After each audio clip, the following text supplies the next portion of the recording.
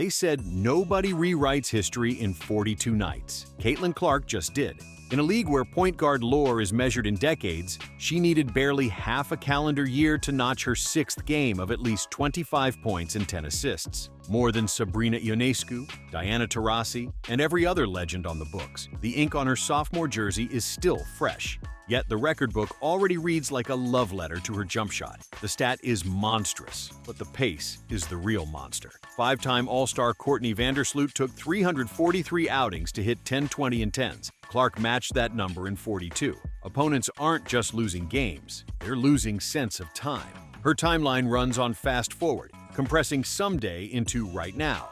And right now is only the appetizer. But records are polite. They let you breathe between sentences. Triple-doubles are rude. They storm in, rearrange the furniture, and dare you to complain.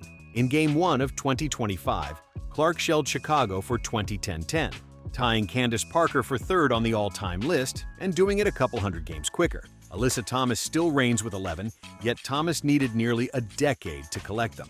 Clark is tracking that summit with the casual swagger most players reserve for warm-ups. Numbers pile up, analysts gasp, but something darker stirs in the paint. Angel Reese shoulders up. Ryan Howard talks trash. E. Carter floors her with a cheap shot the refs somehow miss. Social media erupts. Protect the rookie. Let them play. It's racism. It's sexism. It's everything. The Clark-Reese rivalry morphs into a cultural Rorschach. Every replay becomes a debate on who's allowed to be confident and who's labeled classless. The league launches a No Space for Hate campaign. Fans keep screenshotting the shove. Clark listens, then drains another 30-footer. Yet, the loudest bruise came from 10,000 kilometers away.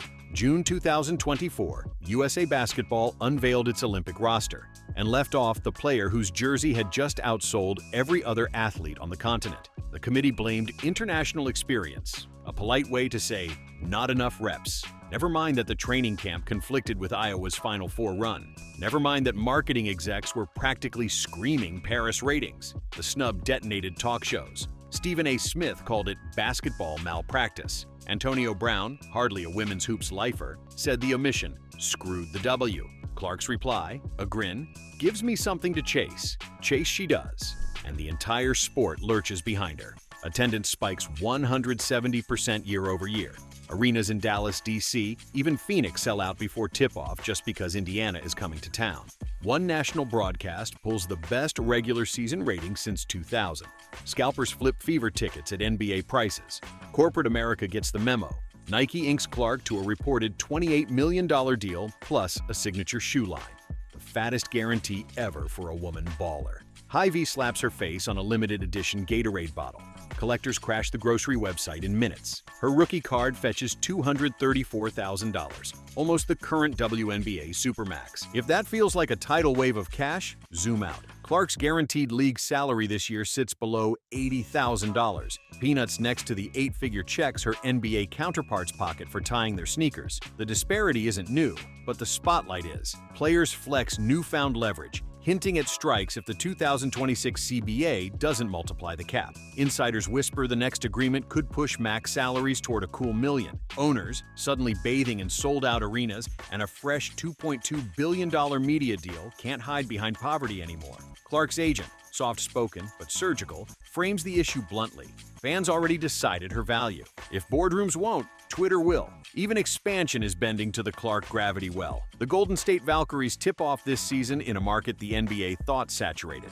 Yet preseason demand crashed the team store site on launch day. Execs admit the timing was no coincidence. Our data showed the Fever road games were outdrawing some NBA squads. We jumped. Inside the lines, the avalanche continues. Clark's range forces defenses to pick her up at 35 feet. One step late, and she whips a left-hand laser through traffic. Coaches double. She yo-yo dribbles, hesitates, somehow sees the weak side cut 2 beats early. Teammates call it clairvoyance. Opponents call it a nightmare. She controls the whole gym's heartbeat, says Nick Van Exel, a man who lived through Iverson's prime.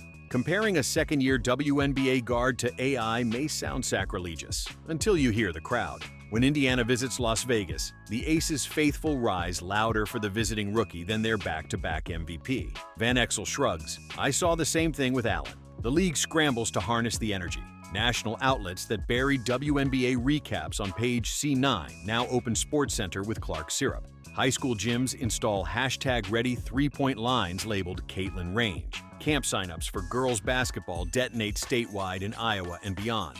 Even Unrivaled, the new 3-on-3 startup, dangles $350,000 per season for college star Paige Buchers, citing Clark's proof of concept. Pressure mounts. If a side hustle can pay that, why can't the main stage? Yet numbers, dollars, and culture wars still orbit the same molten core. Caitlin Clark on a basketball court, cracking a smile moments before she pulls from the logo. Her coach once asked why she grins mid-game. She answered, "Because everybody in the building knows what's about to happen, and nobody can stop it." That confidence isn't arrogance, it's prophecy. Consider what's next on the checklist. 11 triple-doubles? She needs 8 more with 40-plus games left this season. Career assist average record? She's pacing at 7.9, a hair behind Tippin's historic 7.2, but posted that over 800 days of court time. Clark could obliterate it by autumn. And the 25-10 watermark she just seized? The number isn't finished climbing. Defenses will foul, legs will tire, but her vision doesn't dim. Still, greatness invites gravity. Opposing forwards bump harder. Anonymous pundits dismiss empty stats. Social media trolls weaponize every eye roll. Clark shrugs again. She has film to study and three-point arcs to stretch. So, where does the story bend from here? That depends on which record shatters first. Maybe she overtakes Alyssa Thomas before the All-Star break, or maybe she guns for a century-old assist mark nobody thought reachable in modern pace. Either way, she's on a collision course with benchmarks the sport once labeled impossible. And that leaves one question hanging in the rafters. One only you can answer.